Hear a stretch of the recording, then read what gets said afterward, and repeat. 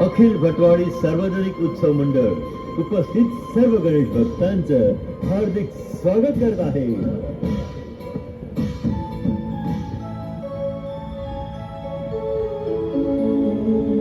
ही पौराणिक कथा आहे भगवंत आणि भक्ताच्या भेटीची, भक्त पुंडलिकाची. सुमारे 800 वर्षापूर्वी दंडकारण्याच्या आसपासच्या गावात जानुदेव आणि सत्यवती नावाचे शिवभक्त दाम्पत्य राहत होते. निपुत्रिक असल्याने त्या दोघांनी भगवान शंकराला साकडे घातले. भगवान शंकराच्या आशीर्वादाने जानुदेव आणि सत्यवतीला पुत्ररत्नाची प्राप्ती झाली. रुद्रामुळे झालेला पुत्र म्हणून त्यांनी त्याचे नाव पुंडलिक ठेवले. नवसाने झालेल्या पुंडलिकाचे अतोनात लाड झाले. त्यामुळे तो हट्टी आणि हेपेकोर बनला. विवाहानंतर तो आपल्या पत्नीच्या सौंदर्याचा इतका अधीन झाला की आपले आई वडील त्याला ओझी वाटू लागले. पत्नीच्या कानभरण्याने तो आपल्या माता पित्यांचे अधिकच हाल करू लागला. त्यातच एक दिवस काशी यात्रेला जाणारे काही भाविक बघताच पुंडलिकाच्याही मनात सहकुटुंब काशी यात्रेचे वेध लागले. तसा तो आपली पत्नी आणि वृद्ध माता पित्यास घेऊन काशीस निघाला.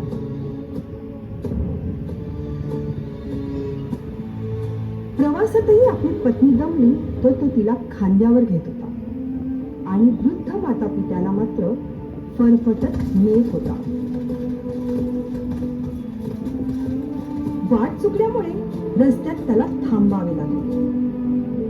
पत्ता विचारत तो कुक्कुट स्वामींच्या आश्रमात पोहोचला. तर तेथे स्वतः कुक्कुट स्वामी आपल्या जन्मदात्यांची सेवा करताना दिसले.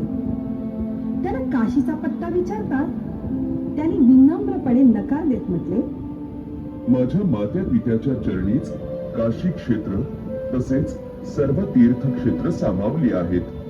म्हणूनच कोणत्याही तीर्थक्षेत्री न जाता मी फक्त माता पित्याची सेवा करतो.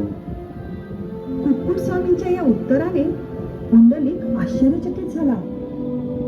वाट चुकल्यामुळे तिथेच रात्र काढावी या विचाराने पुंडलिक सहकुटुंब तिथेच विसावला. त्या रात्री काही सुंदर स्त्रियांना पुंडलिकाने आश्रमात जाताना पाहिले. त्या स्त्रियांची वस्त्रे मलिन होती. त्या आश्रमाची स्वच्छता करू लागल्या. या चमत्काराने भारावून पुंडलिकाने त्यांची विचारपूस केली. तेव्हा त्या म्हणाल्या, आम्ही पवित्र नद्या गंगा, यमुना आणि सरस्वती आहोत. पापक्षालन करणाऱ्या भाविकांमुळे आम्ही मलिन होतोय आणि शुद्धीकरणासाठी आम्ही कुक्कुट स्वामींच्या आश्रमात येऊन सेवा करतो. ईश्वर तुल्य अशा आपल्या मात्या पित्यांना दुष्ट वागणूक देणाऱ्या पुंडलिका, तू महापापी आहेस. महापापी आहेस तू महापापी आहेस. त्या तीन देवींच्या हिनवल्याने पुंडलिकाला आपली चूक कळली आणि तो पापाचं प्रायश्चित करण्यासाठी आपल्या जन्मदात्याला ईश्वर समान वागणूक देऊ लागला. अहोरात्र आपल्या माता पित्यांची सेवा करू लागला. पुंडलिकाच्या मातृपितृ भक्तीवर प्रसन्न होऊन प्रत्यक्ष द्वारकाधीश भगवान श्रीकृष्ण साक्षात त्याच्या भेटीस आले.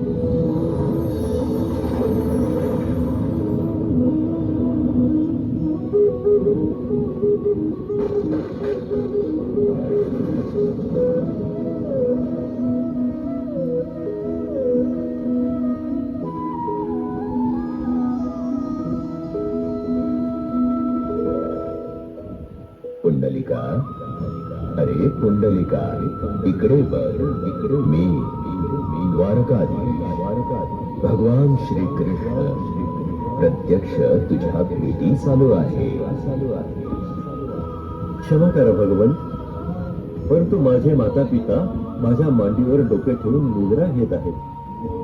त्यांची निद्रा पूर्ण होताच मी आपलं आदरात इच्छा करेन. तेव्हा त्याने आसन म्हणून एक वीट त्यांच्या दिशेने सरकवली आणि प्रतीक्षा करण्याची विनंती केली. भगवान श्री कृष्ण देखील पुंडलिकाने सरकवलेल्या त्या विटेवर तटस्थ उभे राहिले.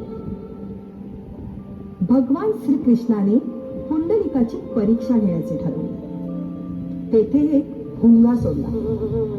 त्या भुंग्याने पुंडलिकाची दुसरी मांडी पोखरून काढली. त्या मांडीतून अक्षरशः घळाघळा रक्त वाहू लागले. परंतु पुंडलिक आपल्या कर्तव्यापासून हटला नाही. काही वेळानंतर पुंडलिकाच्या माता पित्यांना जाग आल्यावर त्यांनी द्वारकाधीश श्रीकृष्णाला आपल्या कुटीत पाहिले आणि ते आनंदित झाले. हे प्रभू, तुमच्या दर्शनानं मी धन्य झालो आहे.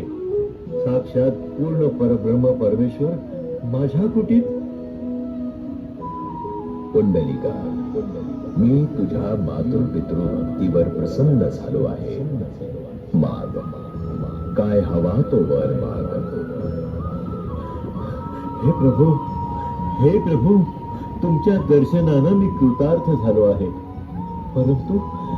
परंतु आपल्या इतर भक्तांसाठी आपण या पवित्र भूमीतच प्रस्थापित व्हावं अशी विनम्र प्रार्थना. म्हणजे आपल्या दर्शनाचा लाभ सगळ्यांना घेता येईल. आपण याच विटेवर उभं राहावं. आपल्याला विठ्ठल या नावानं ओळखलं जाईल आणि माऊली म्हणून आपलं पूजन होईल आणि हे क्षेत्र पंढरपूर म्हणून ओळखलं जाईल. तथा सदो.